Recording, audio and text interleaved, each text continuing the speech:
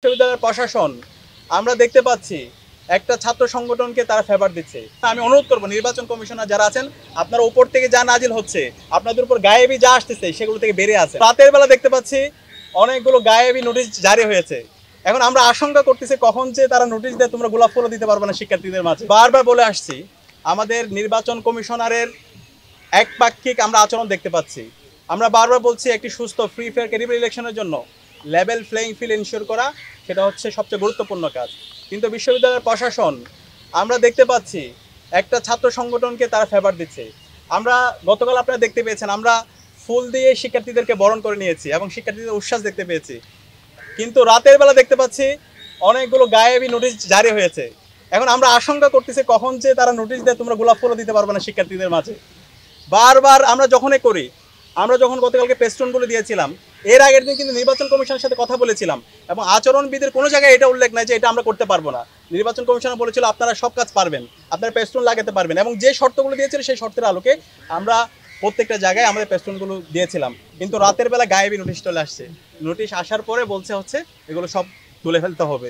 তো এই যে সিদ্ধান্তগুলো আসছে এবং ওভারঅল সামগ্রিক সিদ্ধান্ত, নির্বাচনের যতগুলো সিদ্ধান্ত হয়েছে এই সিদ্ধান্তগুলো আমাদের কারোর সাথে আলাপ করা হচ্ছে না এবং এই সকল সিদ্ধান্ত একটা ছাত্র সংগঠনের পক্ষে যাচ্ছে।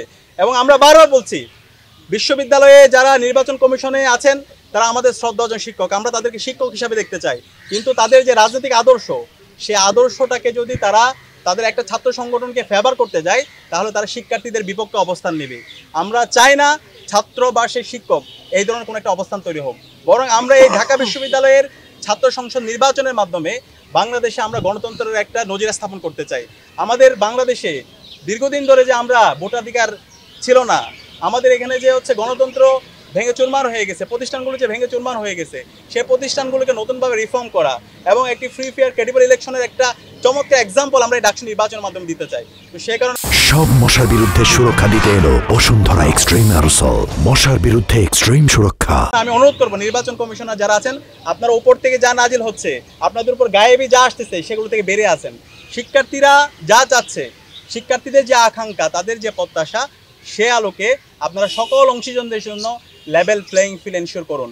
এবং এর পাশাপাশি গতকাল দেখতে পেয়েছেন আমাদের নারী প্রার্থীর উপরে কিভাবে হ্যারাস করা হয়েছে, তার ছবিকে বিকৃত করা হয়েছে এবং এটার সাথে যারা জড়িত ছিল আমরা অ্যাপ্লিকেশন করেছি, কিন্তু এখন পর্যন্ত বিশ্ববিদ্যালয় প্রশাসন কোনো ধরনের ব্যবস্থা নেয়নি।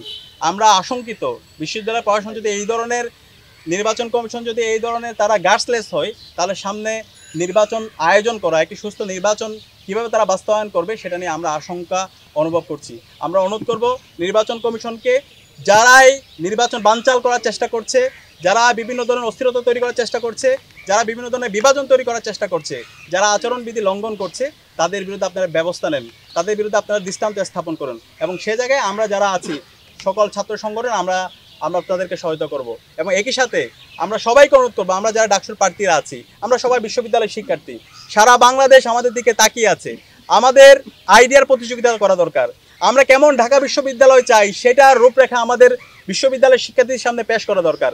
আমরা সেই ধরনের আইডিয়ার প্রতিযোগিতা করি।